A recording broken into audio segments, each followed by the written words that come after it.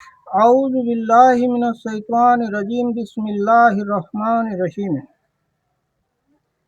اللہم صلی علی محمد عبدک ورسولک وعلی المؤمنین والمؤمنات وعلی المسلمین والمسلمات اللہم صلی علی محمد النبی الامی وعلی آلہ وصحبہ وسلم نحمدہ ونصلی علی رسول کریم واما بعد السلام علیکم ورحمۃ اللہ وبرکاتہ۔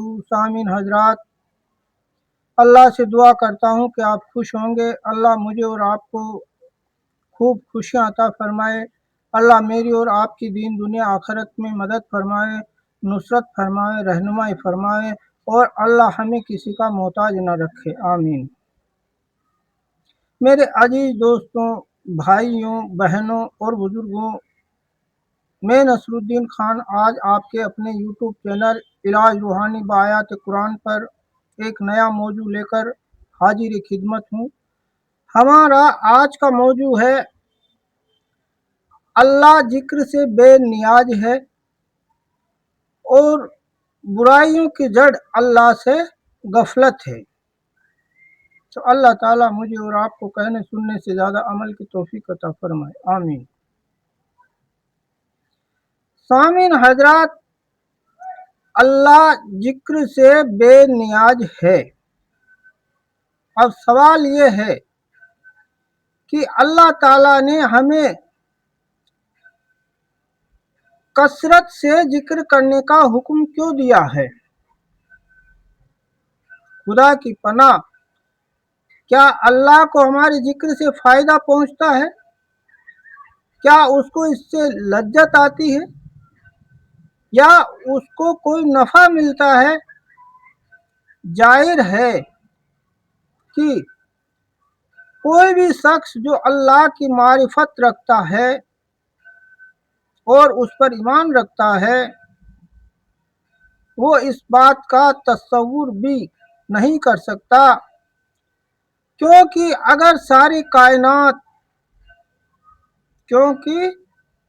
ساری کائنات ہر وقت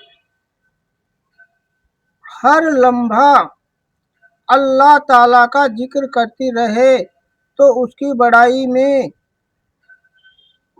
اس کے جلال میں، اس کے جمال میں، اس کی عظمت میں ایک ذرہ برابر بھی کوئی اضافہ نہیں ہوتا۔ اور اگر اللہ اپنی پناہ میں رکھے، ساری کائنات مل کر اس بات کا عہد کر لے کہ اللہ تعالیٰ کا ذکر نہیں کریں گے تو اللہ تعالیٰ کو بھلا دیں گے، ذکر سے غافل ہو جائیں گے اور گناہوں اور برائیوں کو کرنے میں لگے رہیں گے، نافرمانیوں میں مبتلا ہو جائیں گے، تو اس کی عظمت و جلال میں ذرہ برابر بھی کوئی کمی نہیں ہوگی۔ وہ ذات تو بے نیاز ہے، اللہ الصمد۔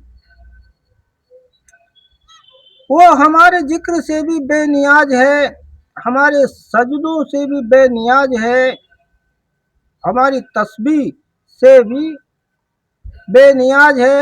اس کو ہماری ذکر کی کوئی ضرورت نہیں ہے۔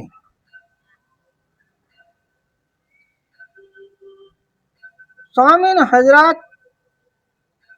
برائیوں کی جڑ اللہ سے غفلت ہے، لیکن یہ جو کہا جا رہا ہے